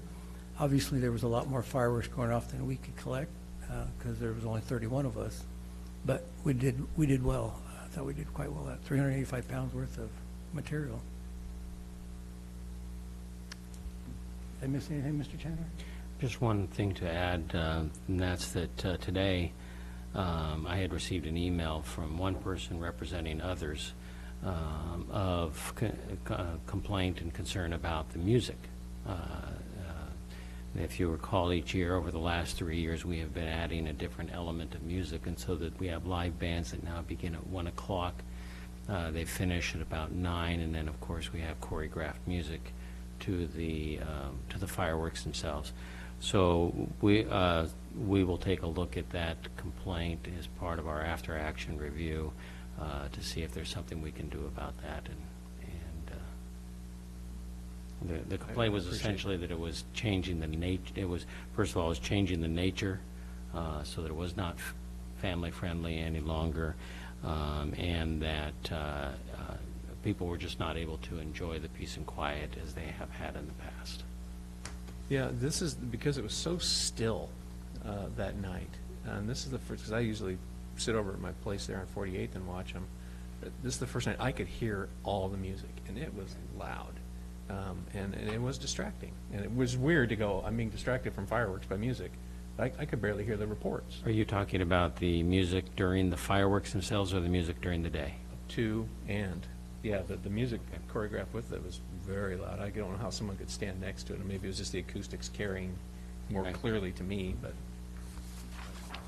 a couple questions, if I might, Sergeant. Anything about the 3rd? Do we see an increase of that because of the Devil's Lake activities? We saw an increase of traffic within the city itself, but there was, as far as police activity other than the fireworks complaint, there was no large increase. Being in the middle of the week also, I think that had a lot to do with the reduced, because there were reduced numbers. There were a lot of people that still reduced from a weekend fireworks show. Okay. And then I think you said you had 43 complaints. And I'm sorry, it was during the middle of when you were saying it, so I just wrote the note, what happened? When you have 40, someone calls and says, hey, they're shooting off fireworks in my neighborhoods. Somebody's shooting off illegal fireworks are most of the complaints. And that's what I'll say, those are the illegal firework complaints. Right. That's not the ones that somebody's just setting off their Oregon fireworks. Right. So then you roll up. Well, our officers will roll out there as they have time and they're not busy on a higher priority call. They'll go out, they'll investigate it. I'm going to say probably in the neighborhood of 97% of the time we get out there and the fireworks have stopped. Right, okay. And then you mentioned 26 911 calls. Yes. And I want to phrase this question right, because I do not want to diminish anyone calling 911. No. How many of those were actual emergencies? Because I know you. Well, I can tell you. Usually, what happens is if they are, depends on where they are within the city or just outside the city, and if they're within the city and they need medical or they need fire, then medical will be transferred over to WVCC. Sometimes if they're in the right spot in the county, they'll actually hit our 911 center as opposed to hitting WVCC. So I can't tell you how to break that down, what was actual calls. I know, talking to our dispatch center, that there were very few actual calls for service that involved an emergency that a police, and I couldn't tell you the number offhand, I don't have that number in front of me, but most of them were either medical, or they were somebody calling for non-emergency business on the 911, because nobody knows, somebody doesn't know our business line. And then drunk and disorderly, marijuana? There was none of that that occurred that I know about that evening in the Taft area. Great. I can't speak for the rest of the county. I want to say the rest of the city was the same way. Talking to the dispatch supervisor, Paul Compton, I was told that there was probably only 3 or 4 calls that were non-fireworks related that evening. It was interesting, because I noticed from, and probably because it's midweek, but I've got a house just a couple blocks back from the beach there in Nelscott, and every 4th of July we go, okay, we're going to go to bed at 11, but we're going to wait until 1 or 2 till they're done. And it seemed to diminish quite a bit this year, so I was happy with that. Yeah, everything really diminished quickly. I noticed in my neighborhood there were fireworks going off the next day. Yes, exactly. People were shooting them all off the next day, so. Yeah, okay. Mr. Mayor? Yes, please. Sergeant, thank you so much for coming and giving this report. I had asked Mr. Chandler if the chief could come, but he's not in town, so I guess you got the lucky short straw. I was in charge, so I have a little more familiar with it. No, I'm very thankful. I received quite a few complaints from my neighbors, and as the chief had said, and as you just said, is that as you approach people, they don't have any, they stop, and you go away, and just when you get out of sight, then there they go again. So I have been collecting a list of ideas and that I've heard from people, because it's difficult to hear a complaint without a solution, and so I always try and ask, do you have an idea for how this can be better?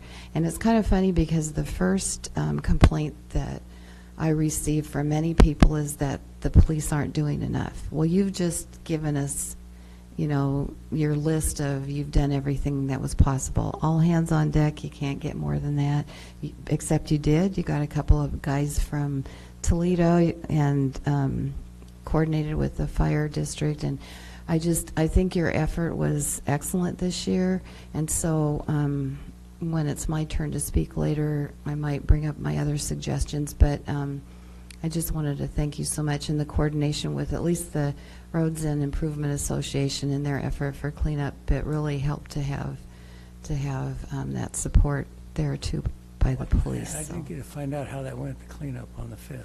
It was great.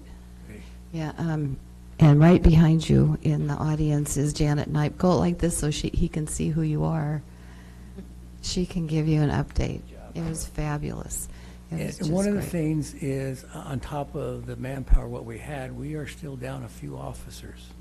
So as time goes, and we've got one that's in the academy right now, and they'll be out in approximately, I think, another month and a half. They'll go through a 17-week training phase. And then we're also getting another gentleman that's in the final steps of his hiring process. And so we're working at being at full capacity, which will help out. In years past, we've had, I remember from '99 to about 2001, we actually had, the county actually lent their posse and a couple of their officers, and Newport PD did the same. But now with Newport PD having a big to-do down there during their fireworks on the 4th, they kind of pulled back. The county the same. They've got actually a little bit more area to cover than we do. They've got more than one location, as I said. So our manpower, they did really well. Our guys are pretty excited about doing that. It's time for the whole team to get together as a department. So that's real encouraging. They're able to go out and do police work together instead of just with 3 or 4 guys. So that's real encouraging. But thank you for that input. I will pass that along to them. And one of the things, honestly, I'm kind of the one that's in charge of the 4th of July operations, so I am so open to any and all input to better serve our citizens, obviously. And for years gone by, we have very little input, or our input comes in different channels, and so we never really get it. I think this year we're starting to see a little bit more input, not only from, well, the city council, as well as some of our guys have some ideas about some different things. And so it's really exciting to see this new change, or this new breed that comes in. They've got ideas, and they're willing to share them with us, which is pretty cool. And I really like that new generation that's coming. Still working on this millennial thing, but Well, it would seem to me that it's worthy of a discussion at some point, whether it's a work session or something, to bring in community members and just talk about this in an open forum, and just throw out those ideas, and then we can get the input from the police and from the city standpoint. And, how do we want to address this? Because I remember, Ron, when you first started, you had cautioned about, well, do we want to be that city that's known for busting speeders? And, you gotta come, and do we want to be that city that's known for busting fireworks people? And I think kind of the answer is building, yes, we kind of do want to be known as those people in a way. But I think that's worthy of discussion, and I don't know if council agrees or not to have staff move forward on that. If I could just interrupt that Please, thought. yeah, I'm done. One of the ideas that I had, and that I had heard several times out in the neighborhood, was that maybe it's time to have the work session like you're talking about, but have it maybe 3 of them throughout the city, just so people can come to them and give their ideas. Because like you said, there are new ideas all the time, and I have heard so many, so I could just give a list to who, maybe Mr. Chandler, or to you or the chief, just of what kind of things that I've heard just in that short time this year. The fireworks seem to be bigger, more professional level, if I can use that term, and used inappropriately. 2 houses for me, I was one of those callers. But I think that there's some things that we can do to make this safer, and to also make people more comfortable when they hear them. So I would support some type of work session with the folks out there that are bracing for the 4th every year, and help. If you want to, yeah. Will do. Yeah. Seeing general head nods here to Yes, kind please. of progress with that. Sergeant, thank you so much. Thank you for all you do, and I want you to know there's a lot of people praying for you and the other officers. All right. All right, Mr. Chandler. Okay, we have some calendaring that we need to take care of. First of all, just a reminder that this Wednesday, July 11th, we have the joint meeting with the county commissioners that begins at 6 p.m. here in this I haven't room. even opened up my calendar yet. Okay, go ahead. I'm sorry. Okay, on Wednesday, July 11th, we have a joint meeting with the county commissioners at 6 p.m. in this room. On Monday, July 16th, we have a joint meeting with the Confederated Tribe of Siletz Indians at 6 p.m., and that will be upstairs in the Culinary Center. Your weekly report's at 5 p.m. I have it at 5 as well. Yeah, I think you're right. I'm sorry about that. 5 p.m. on the 16th. Thank you. Mr. Chandler, the dinner's at 5, and then the meeting dinner's starts at 5, at 6. and then the meeting starts at 6. Thank you. Okay, then, of course, we have our city council meeting on 2 weeks from tonight on July 23rd. We have recently today, we've been in further discussions on the police building, its budget, where we're going from here. We are ready to discuss this and to get your next stage of moving forward on the 23rd, but we felt that we needed to have a work meeting before that time. And we wanted to ask tonight if we could schedule either a work meeting, or we could schedule it as a special meeting if you wanted to actually take action. We were looking at Wednesday the 18th. Now, we could do that during the day, we could do that during the evening, if that's possible, or if there's another date. Otherwise, we'll need to push the actual, there's more of a discussion that needs to take place than we would normally be able to get in a regular council Give me meeting. that date again, please. We were looking at the 18th of July. Oh, God. Okay. Can that be at 5? We could do it anytime you'd like. Yeah, I'm good, sure. At what time? 5? Yeah, I get off at 5, so I'll come straight here, but 5:30. 5:30?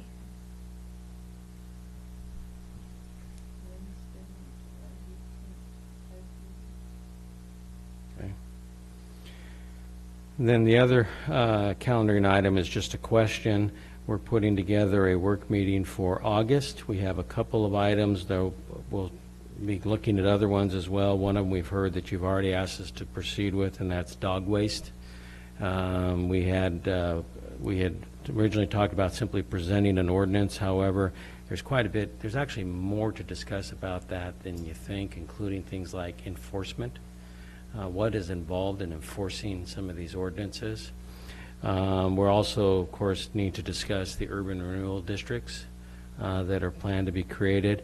And so the question that I really have for you is, we've been using the first or the third Monday as a work meeting. That's the 6th or the 20th. Is there a preference in your case?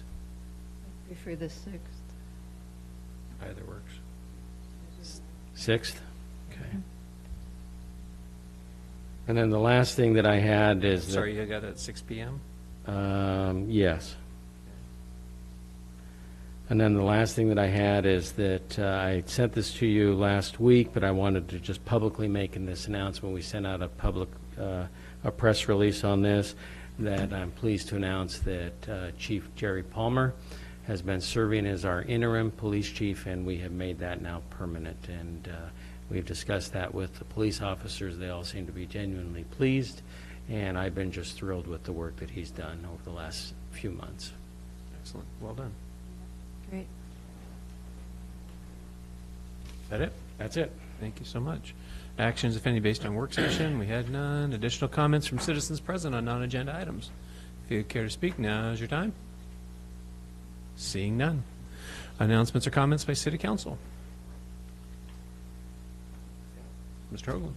Hoagland. I liked Kevin Koffel's idea of the VRD Oversight Committee. I thought that was pretty cool. Something to help manage or get people involved. So that was, I didn't plan on saying anything to that, but would like to see, more accountability. And I know Weston's doing his best, but it'd be good to get better on that. I was talking also about, I guess we don't have a historic society or a way in which to make things historic in the city at all. I'm sorry? Museum. We have a museum. They can, as I understood it, there was not, let me ask, is there a way to establish things as historic in the city? So it was presented to me that there was not. I went through this with the building in Nell Scott, and there is not. So that's something that interests me, if that's something that you guys care anything about, to establish things as historic, or to things. I know just a few weeks ago we were with the parks, Jeannie was able to get a way in which that we can name things or dedicate things, but I don't know if it would tie in with that, but that was something.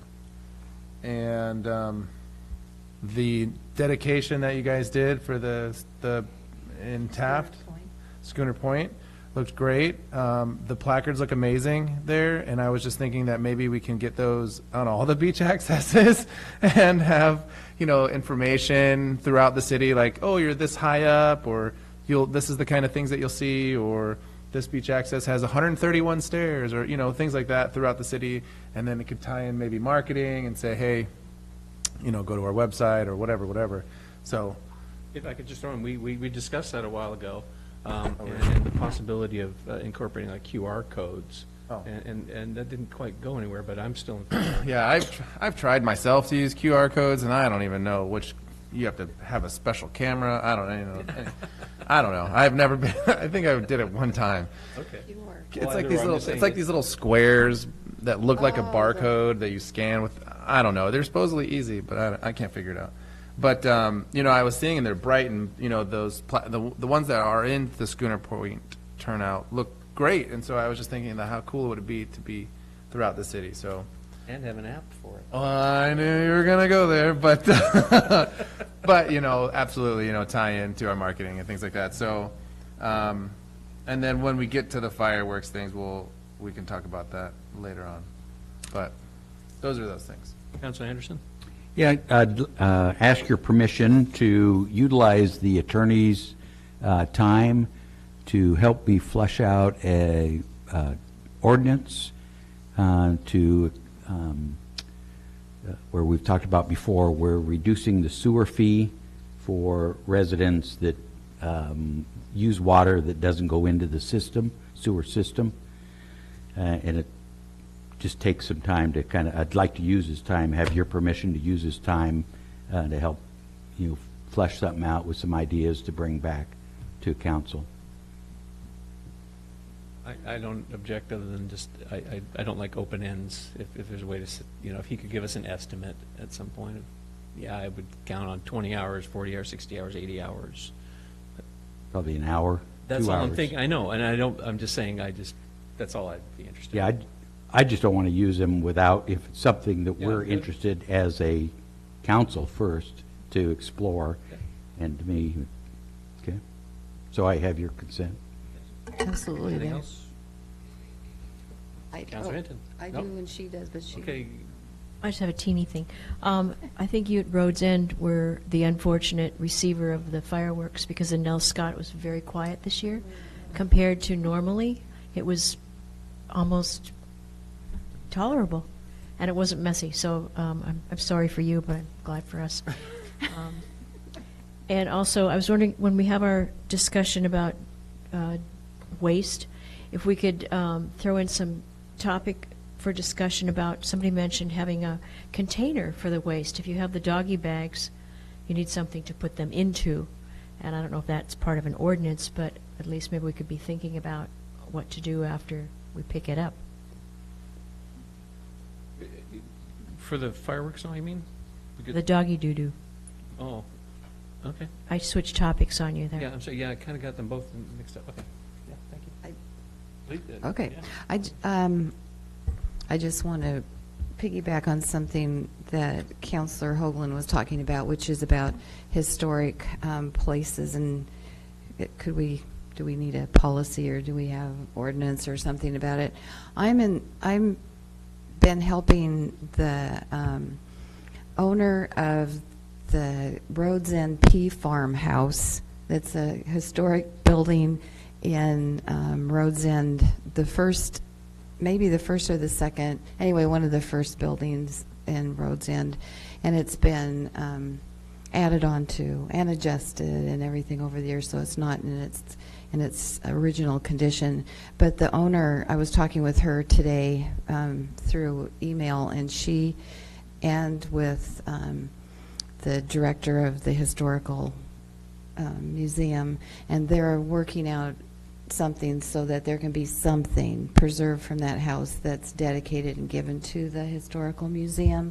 And so, because the house is going to be demolished, so there will be a little bit of history there that Lincoln City can preserve for that neighborhood, so that's pretty cool. And then the only other thing is, I just want to say that for the fireworks, I'm happy that it was quiet in one end of town and not so in our end of town. So I'd just like to just say, I think those work sessions, whatever they turn out to be for the public, to give us ideas. And I was talking with Chief Palmer, and he said he's wide open, as the Sergeant Escalante said, for ideas. They want to hear what people think might be helpful, because they are frustrated when they see the big fireworks. They go to them, they stop, and people hide them, and then as soon as they're out of reach, then poof, they're back again. So they're a bit frustrated too for their big effort. And so, Mr. Chandler, I don't know how soon we could do that, but I would think sooner while it's on people's minds. Councilor Hinton, I don't want Rhodes End to feel alone with the fireworks, because, you know, Northwest 15th was a war zone. So I'm nice to hear that Sletts and Cutler City are quiet, but they moved north. Yeah. and it was. Signage, we said if you Yeah, got yeah, them, go north. away. Yeah. We're in They good- did. It's a pincer. We're in good company then. Yeah. Thank you for that. I've recently moved, still in Ward 1. And it was hard for me to tell if the loud fireworks were from the lake or from the Rhodes End area. I think the sounds kind of echo around there, but there were lots, many, many nights. Yeah, one night was at least till midnight. One more thing. Is there, Mr. Chandler, any way that we can give a special thank you to those 2 Toledo officers and the people that came out? I mean, I think that's really awesome that, they came to our community and really stood out. And I appreciate Sergeant Escalante for letting us know that we had other jurisdictions and things like that. I think that really speaks to, the community here and that their willingness to help us. I think that's really something nice, so. Anyone else? I only have one. Want to let folks know if they're interested. Faith Baptist Church has a vacation Bible school started today, and it's running through the week, and they still have some openings. So if you like your kids, and I don't have the details, but you can get hold of Faith Baptist Church, and they have just an excellent program for the week. If there's nothing else, may God bless you all. May God bless Lincoln City. We are adjourned.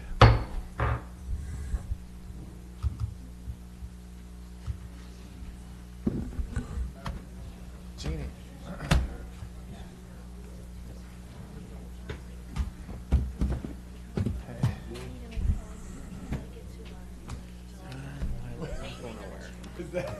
So when is it? But Ron, I do want my octopus back. Mr. Poopy Pants. So the meeting won't have cipher on. Mr. Poopy Pants. That's going to go down. So that's when we're to discuss. That's when you present in front of the. Okay, no, that's fine. Okay.